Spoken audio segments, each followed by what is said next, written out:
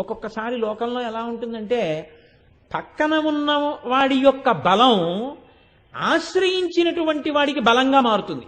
వాడికి సహజంగా బలం ఉండదు, కానీ తాను ఎవరిని ఆశ్రయించి ఉన్నాడో వాడి బలం చేత తనకన్నా బలవంతుణ్ణి అధిక్షేపిస్తాడు.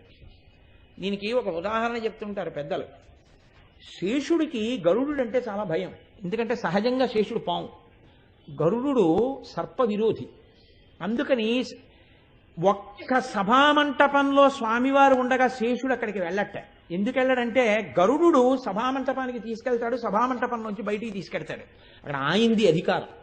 ఈయన వెళ్ళాడనుకోండి లేనిపోని ఇబ్బంది. కానీ శయనాగారంలో శ్రీ మహావిష్ణువు పడుకునే చోట శేషుడిది అధికారం. ఎందుకని ఆయన శేషుడి మీద పడుకుంటాడు. ఒకానొక నాడు ఎందుకో అకస్మాత్తుగా ఒక మాట చెప్పడానికి శేషుడు శ్రీ మహావిష్ణువు యొక్క పాలసముద్రానికి వచ్చారు మాట చెప్దామని. ఇప్పుడు ఈ శేషుడు అన్నాడు, అలాగే పడుకుని గరుత్మంతుడిని చూసి, hello Garuda how are you అన్నాడు. అంటే ఓయ్ గరుత్మంత ఎలా ఉన్నావు, బాగున్నావా అన్నాడు. వీళ్ళ మాట అనడమే. ఇప్పుడు గరుత్మంతుడు అనుకున్నట్టు, అవునులే స్థానబలం, స్వామి నీ మీద పడుకుని ఉన్నారుగా, ఏమైనా అంటావు అని ఇప్పుడు బాగున్నానండి అన్నాడు. ఎందుకని?